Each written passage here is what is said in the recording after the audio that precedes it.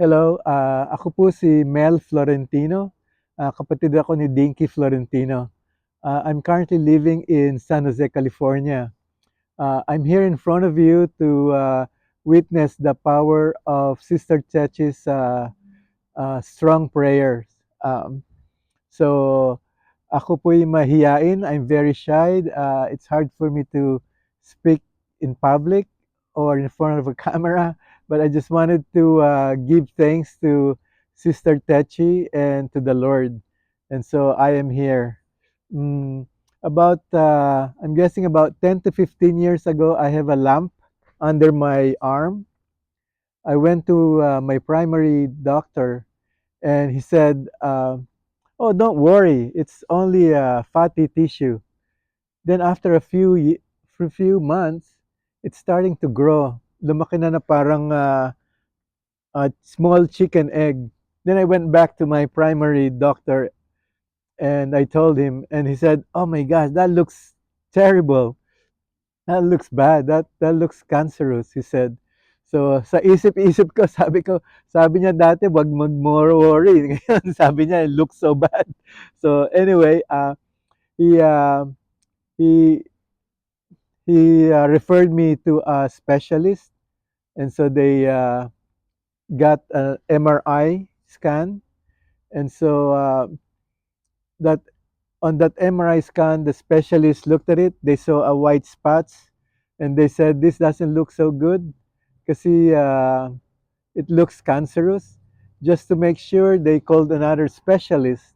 This time, a lady doctor, and again, she wasn't also very happy, and she said that this doesn't look so good, sabi niya ganon. So both of them, so what they asked me is to go for an X-ray. So I went for an X-ray, chest X-ray, to check if the cancer has spread.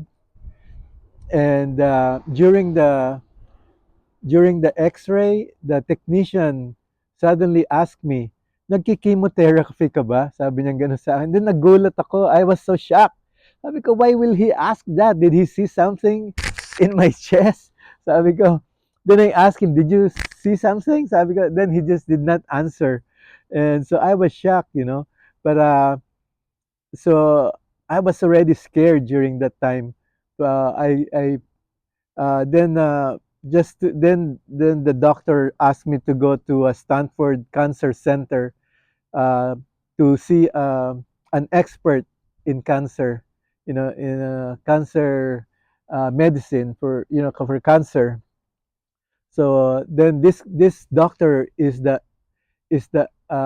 best of the best in Stanford for the cancer problem issues.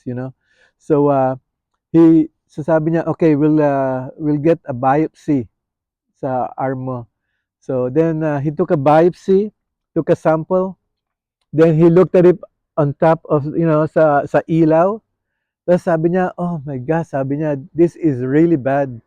Um, Sabi niya ganon, sabi niya, "I've seen this before and it's not really looking so good." So this so I'm so scared. Sabi ko, "Oh my gosh." And then I think that weekend or the weekend after, there was a prayer meeting sa Sacramento. So me and my wife went. Then I asked Sister Techi to pray over my my tumor. They said it's a tumor, and they said it's cancerous. So I asked Sister Techi to pray for my tumor. And then after that, maybe a week or two, the result came. Then it turned out that the sample was benign. So I'm super happy, for all those times that I am super scared, super scared. And then so what I just wanted to say is, no matter how expert the doctor is, no matter how high their education is, it's still God's will that will be done. Uh, but uh, but I also would like to, in fairness for the good doctors, uh, I would like us to respect them. I would like us to listen to them, to these doctors, to any doctors. God has placed them there for a reason, and we have to follow them. Kung sinabi nilang uminom ng gamot, then we have to drink our medicine. If they told us to do something, then we have to follow them because they did study, and I believe that the Lord also, you know, so. But may I say, for sa to end my my video, I'd like to just say, uh, may I just want to say that I believe in Sister Techi's prayer, you know, in strength. She has this a powerful prayer that the Lord listens to. Not everybody is gifted with that such a prayer, and I believe it is because she was gifted, and she has this.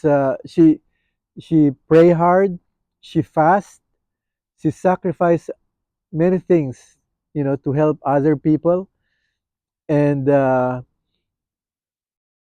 so I think it is because of that that the prayer of Sister Techi is very powerful, and we could do the same thing as long as we could, as long as we could follow Sister Techi's example of true commitment, even under persecution. I'm quite sure nagkakamali din si Sister Techi dahil siya ay isang tao lamang. Pero with that, she continue. She stands up. You know, she doesn't, even though she falls down, she stands up again and continue and believe in God's power. So, so I'd like, so with that, I would just want to thank God and Sister Techi and you and for your time. So thank you so much for listening to me. Bye bye.